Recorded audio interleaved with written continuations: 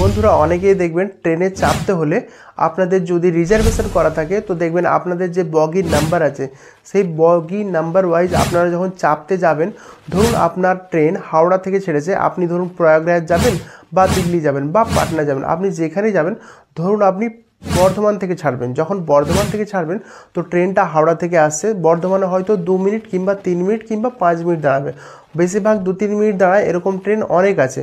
তো যখন দেখবেন অনেক ট্রেন 2-3 মিনিট দাঁড়ায় তো আপনার মনে একটা চিন্তা সৃষ্টি হয় যে আমার বগিটা কোথায় আসবে, কোনখানে দাঁড়াবো, যে বগিটা যেন এক চান্সে সামনে আসে, ফটাক করে উঠে পড়বো, কারণ বেশি তো টাইম নেই, 2 মিনিট। আবার যদি ভুল করে প্ল্যাটফর্ম চেঞ্জ করে দেয়, এই সব অনেক কিছু প্রবলেম মাথায় ঘুরঘুর করে। তো বন্ধুরা আজকে আমি আপনাদেরকে এটাই জানাবো যাতে আপনাদের মনে একটা মোটামুটি ভালো ধারণা জন্মায়, যাতে আপনাদেরকে বেশি টেনশন না নিতে হয় ট্রেন ধরতে গেলে। কারণ আজকালকার বেশিরভাগ মানুষ মানে ট্রেনে জার্নি করতে ভালোবাসে, কারণ ট্রেনে কম টাকার মধ্যে বহু দূর পর্যন্ত যাওয়া যায়। তো বন্ধুরা যাতে ট্রেন চাপতে আপনাদের অসুবিধা না হয় সেই জন্য বন্ধুরা আজকে আমি আপনাদেরকে জানাবো যে আপনার বগি কোন জায়গাটায় আসতে পারে, মোটামুটি একটা ভালো ধারণা যেটা আপনাদের সুবিধা হবে। নতুন হলে অবশ্যই চ্যানেলটাকে সাবস্ক্রাইব করে বেল আইকনটা প্রেস করে রাখবেন। তো দেখুন বন্ধুরা বেশি দেরি না করে চালু করা যাক। তো দেখুন বন্ধুরা আপনাদের ধরুন আপনাদের বগি নাম্বার হচ্ছে S6 আর সিট নাম্বার হচ্ছে 30। ধরুন এটা আপনি পিএনআর স্ট্যাটাস দিয়ে দেখেছেন। অনেকের আবার সিট নাম্বার, ধরুন আপনার ট্রেন যখন টিকিট কেটেছিলেন ওয়েটিং ছিল, ওয়েটিং লিস্টে ছিল, ধরুন আপনার ওয়েটিং 30 ছিল। তো যখন 4 ঘন্টা আগে যখন চার্ট ছাড়ে তখন আপনার সিট নাম্বার আপনি হয় আরএসি পাবেন আর না হলে কনফার্ম পাবেন। কনফার্ম পেলে আপনার সিট নাম্বার দিয়ে দেবে। ধরুন আপনি কনফার্ম পেয়েছে, দিয়ে আপনার সিট নাম্বার এটা এসছে, ঠিক আছে বন্ধুরা? তো আপনার সিট নাম্বার এটা এসেছে। এরপরে দেখুন সবার প্রথমে আপনাদেরকে কী করতে হবে, দেখুন এই অ্যাপটা অবশ্যই মোবাইলে ডাউনলোড করতে হবে। হোয়ার মাই ট্রেন এই অ্যাপটা প্লে স্টোরে আপনারা পেয়ে যাবেন। প্লে স্টোরে দেখবেন হোয়ার মাই ট্রেনের অ্যাপটা আপনাদেরকে আমি সাইডে দেখিয়ে দিচ্ছি। যাদের নেই তাদেরকে আমি প্রথম থেকে ব্যাপারটা বলছি। দেখুন বাঁদিকে দেখাচ্ছে, প্লে স্টোরে যাবেন, যেয়ে লিখবেন হোয়ার মাই ট্রেন, দিয়ে দেখবেন এরকম অ্যাপটা দেখাবে। ওই আকাশি কালারের অ্যাপটায় ক্লিক করবেন, দিয়ে সবার প্রথমে আপনাদেরকে ট্রেন নাম্বার দিয়ে সার্চ করতে হবে। ধরুন আপনার ট্রেন নাম্বার হচ্ছে এইটা, তো ট্রেন নাম্বার দিয়ে সার্চ করলে আপনার, ধরুন আপনি পূর্বা গাড়িতে চাপতে আছেন, তো ধরুন আপনার ট্রেন নাম্বার হচ্ছে এইটা, ঠিক আছে বন্ধুরা?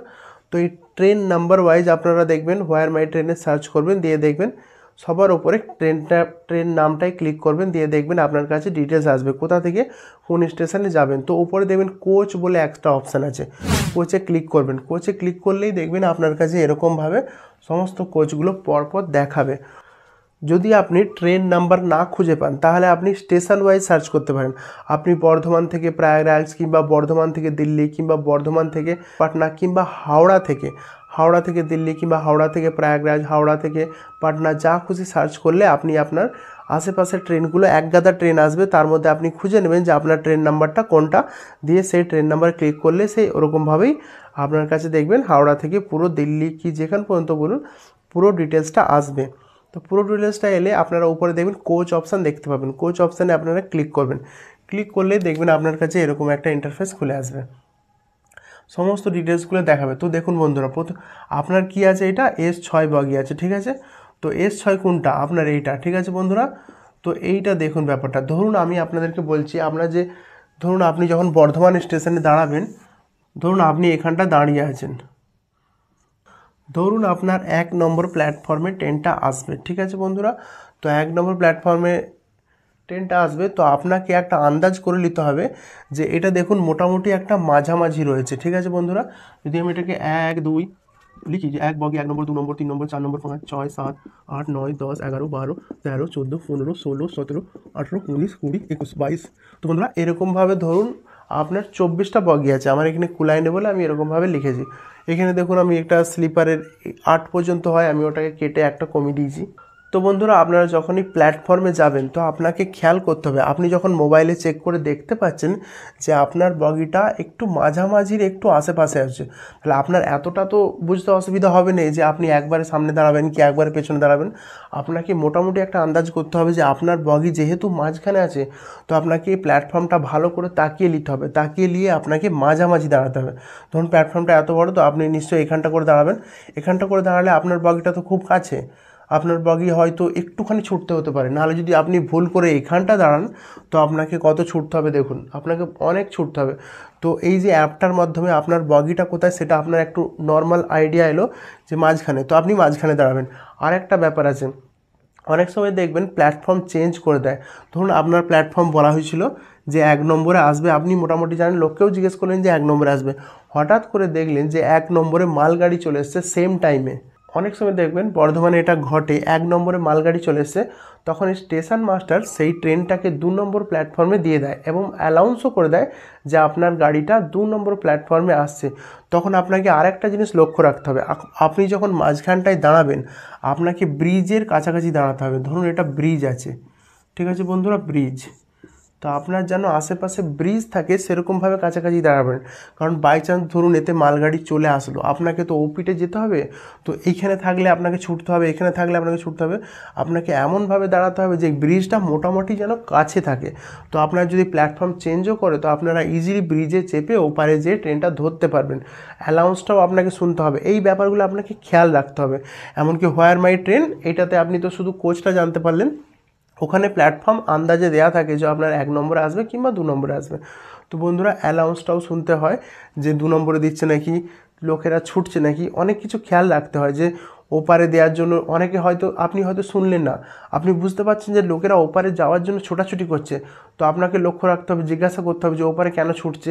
আপনারা ব্রিজের কাছেও দাঁড়াবেন এবং মাঝামাঝি দাঁড়াবেন, যদি আপনার এখানে মাঝামাঝি সিট থাকে, মাঝামাঝি যদি বগি আসে তো আপনারা মোটামুটি মাঝামাঝি দাঁড়াবেন, তাহলে আপনাদের ট্রেনটা মিস হবে না। কারণ 2-3 মিনিট হাতে থাকবে, আপনাকে ছোটাছুটি করতে হবে। আপনি যদি এখানে থাকেন আপনার 2 মিনিট 3 মিনিট ছুটতে, এতগুলো বগি ছুটতে আপনার 2-3 মিনিট চলে যাবে। আর যদি পড়ে যান তো ব্যাস গেল, ট্রেনও গেল, আপনার শরীর খারাপও হলো। আর একটা ব্যাপার দেখবেন বন্ধুরা, বর্ধমানে এরকম ফ্যাসিলিটি আছে, যখন আপনি প্ল্যাটফর্মে দাঁড়াবেন তখন দেখবেন প্ল্যাটফর্ম থেকে একটা এরকমভাবে ঝুলছে, এক গাদা ঝুলছে। তো এই ঝোলাগুলোতে পরিষ্কারভাবে লেখা থাকে যে এখানে S6 বগিটা দাঁড়াবে, S7 বগিটা দাঁড়াবে, তাহলে তো কোনো টেনশানই নেই। অনেক প্ল্যাটফর্মে এরকম থাকে, তো আপনার ধরুন S6, তো আপনি বিন্দাস যে S6 এর পাশে দাঁড়াবেন, আপনার ট্রেনটা বা বগিটা ওখানেই আসবে, কোনো টেনশান হবে না, অসুবিধা হবে না। কিন্তু অনেক প্ল্যাটফর্মে দেখবেন এটা নেই, যখন এটা নেই তখনই অনেকের অসুবিধাটা হয়। তখন আপনাকে আন্দাজে যে সমস্ত বোঝালাম সেইটার আন্দাজে আপনাকে যেতে হবে।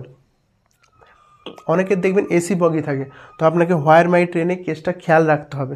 হাওড়াতে হলে কোনো টেনশন নেই, আপনি আধ ঘন্টা আগে যাবেন তো ট্রেন এসে হাওড়াতে নিশ্চয়ই 20 মিনিট আধ ঘন্টা দাঁড়াবে। কিন্তু মাঝখানে যখন আপনি চাপবেন, বর্ধমান হোক, দুর্গাপুর হোক, আসানসোল হোক, তখন আপনাকে এরকম ফেস করতে হবে।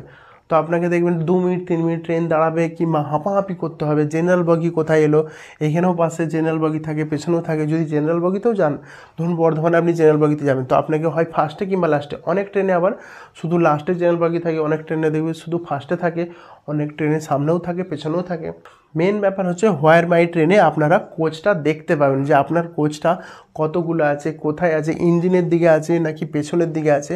তো আপনার দেখুন এই যেমন এসি, এটা হচ্ছে 3 টায়ার এসি, 3 টায়ার এসি, এই যে B1 B2 থেকে B5 পর্যন্ত এগুলো হচ্ছে 3 এসি। যদি কারো 3 এসি হয় সে ভুল করেও পেছনে দাঁড়াবে না। ইঞ্জিনটা যেদিকে আছে আপনাকে লক্ষ্য রাখতে হবে, ট্রেনটা এদিক থেকে আসছে তো ইঞ্জিনটা সামনে হবে, তো আপনারা যতটা পারবেন সামনের দিকে দাঁড়াবেন, মাঝখানের থেকে একটু সামনে।